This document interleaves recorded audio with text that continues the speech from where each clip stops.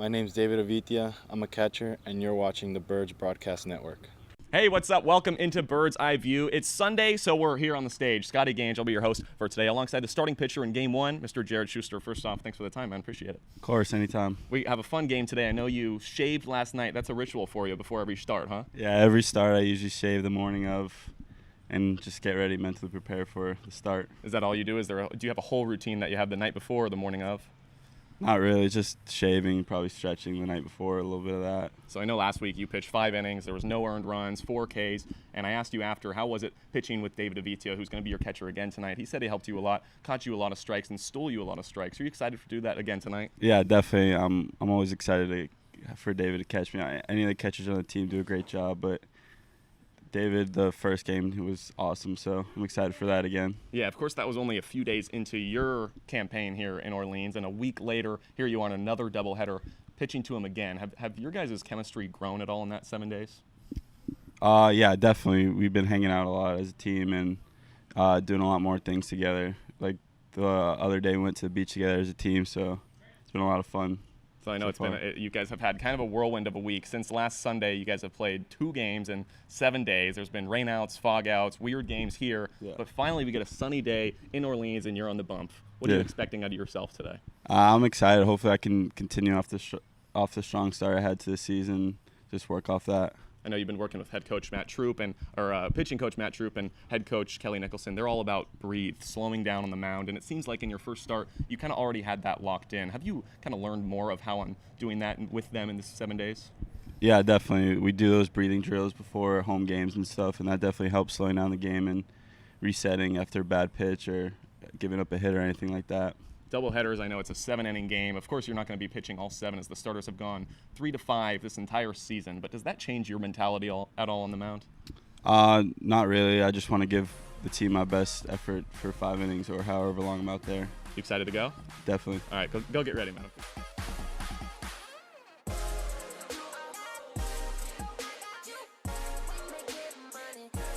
Once again, appreciate the starting pitcher for Game 1, Jared Shuster, coming on. Now we've got a special guest, Mr. Gabe Genovisi, the broadcaster for the Wareham Gatemen. You've got 2 games today. Are you ready for it? I'm ready. I'm ready to play some baseball, man. I'm ready to call some baseball. It's been a weird week. Mm-hmm. It's been a weird week. It's hard to get a groove. I know we were just talking about that, and the fact that you go to the ballpark, you are just about to start a game, and they call it. It's just very awkward. I know it's awkward for us. It must be awkward for the coaches and players as well. It is. We were talking about us, just how we prep all day and then get to the ballpark and can't play. Yeah. For these guys, it's not an off day. They're not getting to enjoy anything.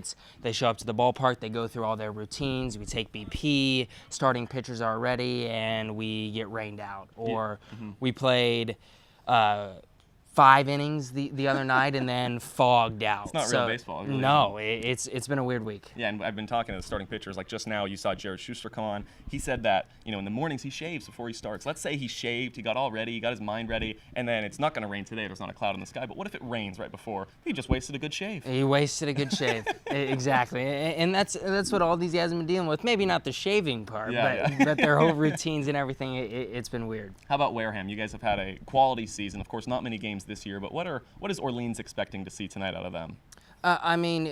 Starting pitcher right now for Wareham is supposed to be Ian Bedell, who had a fantastic first start for Wareham. Went 4 2/3 scoreless in his first start.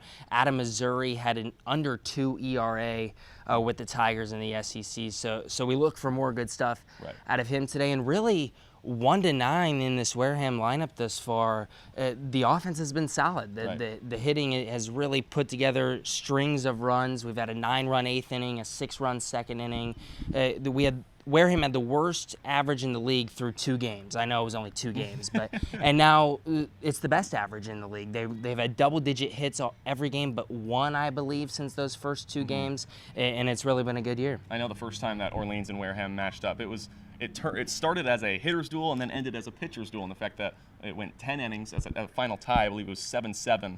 How has Wareham changed from that game to today? I'll go back to the offense. I just think it's those runs. It's that that complementary baseball that everybody's playing, really Yeah. advancing runners, someone coming through with a clutch hit.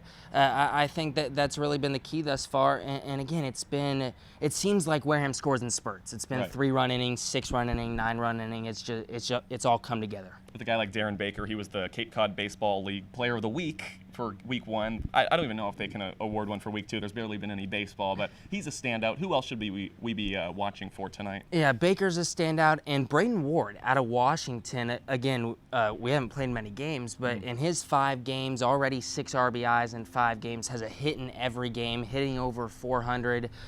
He'll bat leadoff, and like I said, he's gone on in every game. He's done his job.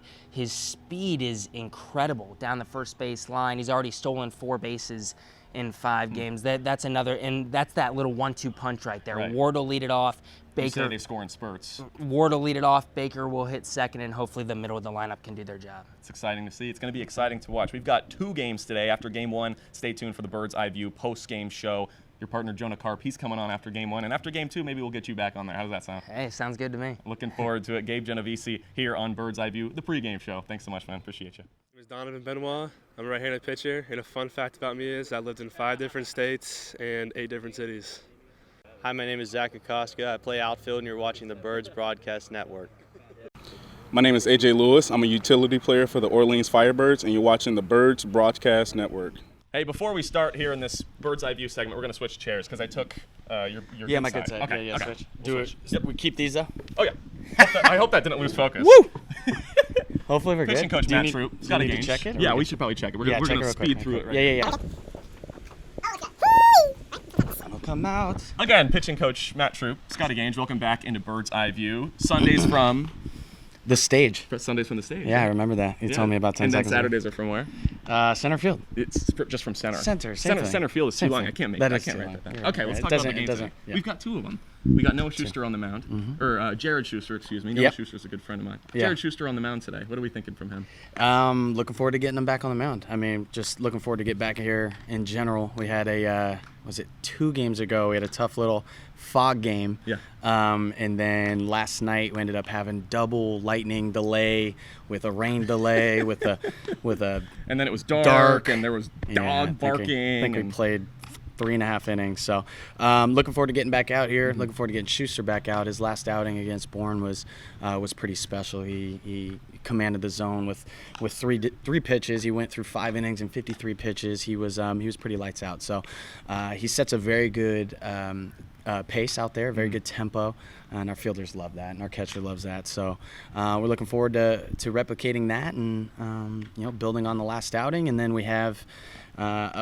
everyone hot in the Yeah. bullpen because, like I said, They're we've had hot, all hot. these games. They're hot, man. They're hot. We've had all these games canceled and delayed, and we got guys off of 5 or 6 days rest as bullpen guys. So we like where we're at, definitely. And then we have Skiro game 2. So we're excited. We're excited to get everybody up on the mound today. You mentioned that Jared is a quick worker, and Oh, yeah. Skiro is too, and we saw that last week. And yeah. is that kind of why we're putting them out there on the doubleheader, kind of speed things along, or is it just kind of coincidental? Yeah, it just happened to work out that way. They actually had the other doubleheader too, so it's kind of perfect that they got to do that.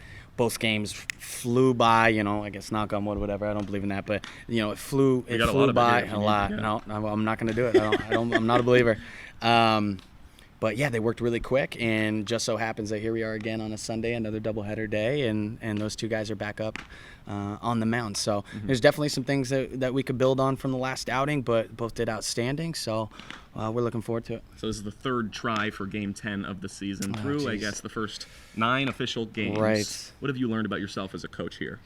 As a coach, just it's something that I always pride myself on is my ability to continue learning in this and adapting to surroundings, but always being willing to take things from each individual that I come in contact with.